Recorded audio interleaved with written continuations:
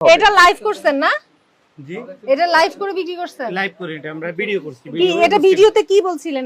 এটা পাকিস্তানি হানিয়া আমিরের আপনার লাইভেই তো ক্লিয়ার করে দিতে হবে। আপনার লাইভ দেখে কাস্টমার অর্ডার করে, আর অনলাইনে আপনার এই লাইভ গুলো দেখে এসে কিনে, তাহলে অনলাইনে তো সেটা আপনাকে বলতে হবে ঠিকভাবে।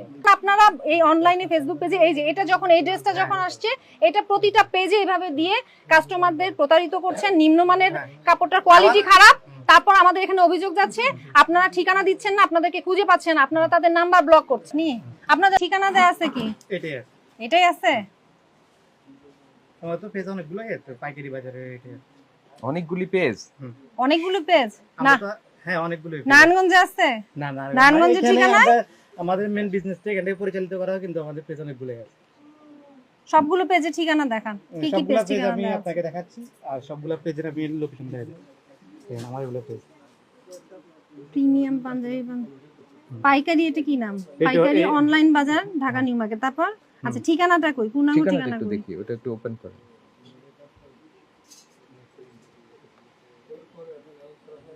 আপনারা কি লাইভ করে বিক্রি করেন? লাইভে বিক্রি করে, ছবি দিয়ে বিক্রি করে। সব অভিযোগ, কাস্টমারদের অভিযোগ থাকলে কিভাবে সেটা সমাধান করেন? কাস্টমার অভিযোগ হ্যান্ডেল করে দিই। কাস্টমারের কোনো প্রবলেম হলে সেটা চেঞ্জ করে দিই। ওই যে ওই সামনে ড্রেসটা নিয়ে আসেন তো। তাকে শুনানিতে যেতে হবে। এটা লাইভ করছেন না? জি, এটা লাইভ করে বিক্রি করছেন? লাইভ করি, এটা আমরা ভিডিও করছি। কি এটা ভিডিওতে কি বলছিলেন? এটা পাকিস্তানি হানিয়া আমিরের এরকম ড্রেস ইন্সপায়ার। আপনি লাইভ বের করেন এটা। এটা এইটা হচ্ছে যে ড্রেস আসে, এটা সেই ড্রেস। এটা আমি তো এবং কি দিয়ে বলে বিক্রি করছেন? ওটা লাইভ দিয়ে দেখেন। আপনি আগে ঠিকানা দেখান, আগে ঠিকানা দেখেন না। আপনি ওটা লাইভ বের করেন। ওটা লাইভ কি দিয়ে দিয়েছেন? রাখেন, ঠিকানা আছে। হ্যাঁ, ওই ঠিকানা দেখান। ওই জামাটা লাইভ দেখান। ওই জামাটা লাইভ দেখাও। এটা লাইভ করে এমনি ভিডিও করছি। ভিডিওটা আপনাদের ওটা দেখায়।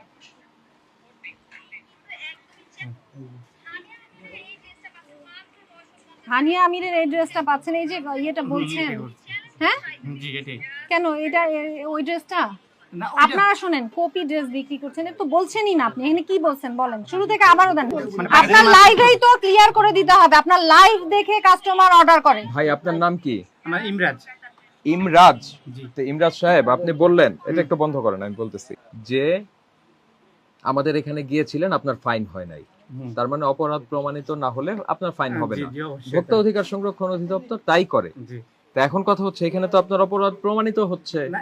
এখন কথা হলো, আমার গ্রামে গঞ্জে মা বোনেরা এই ড্রেসগুলি দেখে কিনে না। এখন কিন্তু অনলাইনের অ্যাক্সেস আছে একদম গ্রাম পর্যন্ত, সবাই দেখতে পারে। তারপরে আপনার স্মার্টফোন আছে, এখান থেকে দেখতে পারে আপনাদের এইগুলি। আপনার বিক্রির কিন্তু অনেক বেড়েছে পরিধি, তাই না? তো এই যে আপনি বলতেছেন যে হানিয়া আমিরের ড্রেস, তা হানিয়া আমির তো পাকিস্তানি ড্রেস, আবার বলছেন পাকিস্তানি ইন্সপায়ার। তো ইন্সপায়ার্ড পাকিস্তানি যখন বলবেন, তখন আমার ওই গ্রামের মহিলা কি বুঝবে? আমি শুনেন, আমি বলি, আপনারা যে বলে যান, আপনারা যে বিজ্ঞাপনটা দিচ্ছেন, এটা লাইভ তো এক ধরনের বিজ্ঞাপন। যেখানে বিজ্ঞাপন দিচ্ছেন, সেখানে সঠিক পণ্যে সঠিক সবকিছু জানানোর সমস্যাটা কোথায় আপনাদের? এটা কি ভোক্তা হিসেবে তার জানার অধিকার আছে না?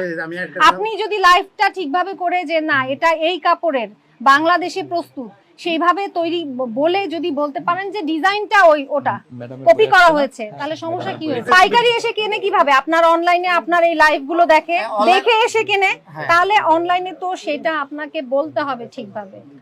আমি তো এই ড্রেস আপনার ওখানে দেখেই বুঝলাম যে আপনি লাইভ কিভাবে করেছেন।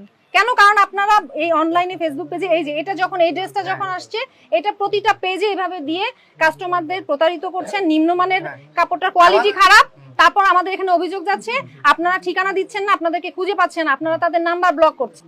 তথ্য দিয়ে তারপরে ভাই লাইভ করবেন, তারপরে আপনার অ্যাডভার্টাইজমেন্ট দিবেন। ঠিক আছে, আপনি যেটি করছেন সেটি কনফিউজিং, বিভ্রান্তিকর।